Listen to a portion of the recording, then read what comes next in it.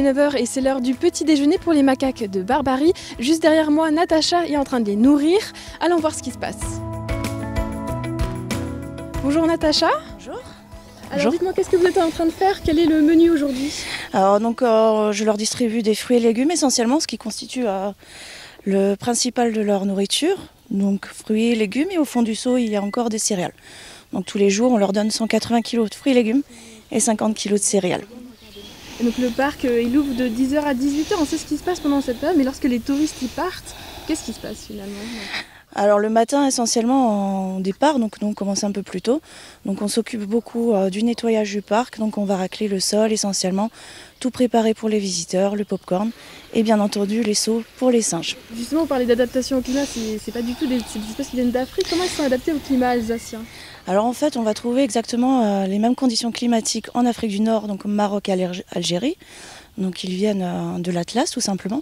On trouve les mêmes conditions climatiques, donc des hivers froids et enneigés, donc jusqu'à moins 15 degrés en hiver, et en été chaud et sec tout à fait. Et du coup c'est un terrain idéal pour les étudier, pour comprendre leur comportement. Est-ce que vous avez fait des découvertes sur le macaque de Barbarie? Alors oui, tout à fait, hein. Donc on peut les observer régulièrement. Donc il y a des études de comportement qui ont été faites ici. Et comme dit, comme ils sont en liberté ici, donc ils ont gardé ces comportements qu'on peut trouver à l'état sauvage. Donc ils communiquent essentiellement donc, par tout ce qui est gestes, attitudes. Par exemple, le fait de s'épouiller, hein, qui est vraiment une marque d'affection chez les magos, des claquements de dents, amical, le fait de présenter son arrière-train en guise de soumission également. Comme tous les singes, les magos sont des animaux très sociaux. Ils vivent en grands groupes et aucun humain, même avec la meilleure des volontés, ne peut remplacer leurs congénères.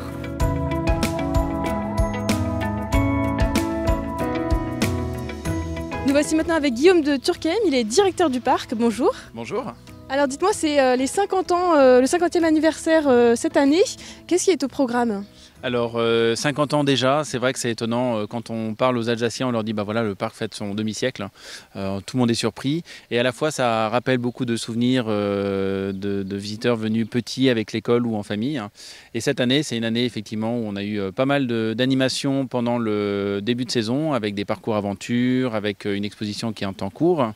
On va avoir surtout le 7 juillet l'anniversaire du parc officiel qui en fait est au retour aux sources, c'est-à-dire que ces singes sont originaires du Maroc et de l'Algérie.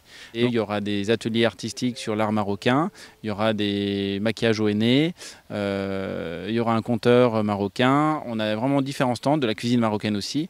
Donc c'est retour aux sources, un peu, sous une belle tente berbère pour redécouvrir un peu ces singes dans leur milieu naturel. Alors cet anniversaire, c'est aussi l'occasion de redécouvrir et de parler de l'origine de ce parc et de son histoire. Tout a commencé lorsque votre père est parti en Afrique, c'est ça? Alors tout a commencé en fait, c'est mon père et monsieur Renaud qui avaient créé la Volerie des Aigles une année auparavant. L'idée c'était de créer un parc où on pouvait voir une espèce sauvage dans des conditions vraiment idéales. Ici on a 24 hectares, on a 240 singes, des singes vivant en liberté. Donc ça permet vraiment d'avoir leur grande richesse de répertoire dans les comportements. Et c'est le père de monsieur Renaud qui à l'époque habitait à Alger. Et les Algérois aimaient bien aller le week-end dans l'arrière-pays. Il y avait un endroit qui s'appelait le Ruisseau des Singes, où on pouvait aussi voir des singes sauvages qui en fait étaient habitués à voir des touristes autour. Le père de monsieur Renaud a proposé de dire tiens, pourquoi ne pas avoir cette espèce-là?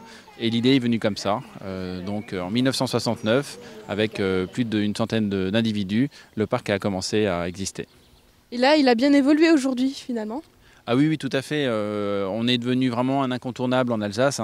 Ça fait partie du paysage alsacien. On est le 4e site le plus visité en Alsace. On a un tiers de nos visiteurs qui sont étrangers, ce qui est énorme, des Belges, des Suisses, des Allemands. Et ce qui est surtout considérable, c'est l'information qu'on a pu apprendre sur cette espèce. Plus de la moitié des connaissances sur le comportement social de cette espèce proviennent de recherches qui ont été effectuées dans nos parcs, qui vraiment apportent une contribution importante dans la sauvegarde de l'espèce. Et justement, vous me parlez que cette espèce est en danger. Il ne reste plus que 8000 individus qui se retrouvent en Algérie, au Maroc. Est-ce que créer ce parc, c'est aussi l'occasion de pouvoir sauvegarder cette espèce? Oui, alors l'élément principal, c'est la sensibilisation des visiteurs. Et ça, c'est vraiment le rôle de nos guides qui sont là pour vous informer, pour vous donner des informations intéressantes sur cette espèce, mais aussi comment ils vivent dans leur milieu. On est soucieux de ces animaux-là et de réaliser qu'il y en a de moins en moins dans leur milieu sauvage. On essaye de comprendre pourquoi. La raison principale, c'est quand même la détérioration de leur milieu. Et être dans un beau cadre comme ça, c'est Saint-Jean-Liberté. On est touché par cette ambiance et on est plus sensible. Et l'idée en sortant du parc, c'est aussi de faire attention à nos gestes quotidiens, de recycler, d'essayer de consommer un minimum, de préserver la forêt, de préserver la nature.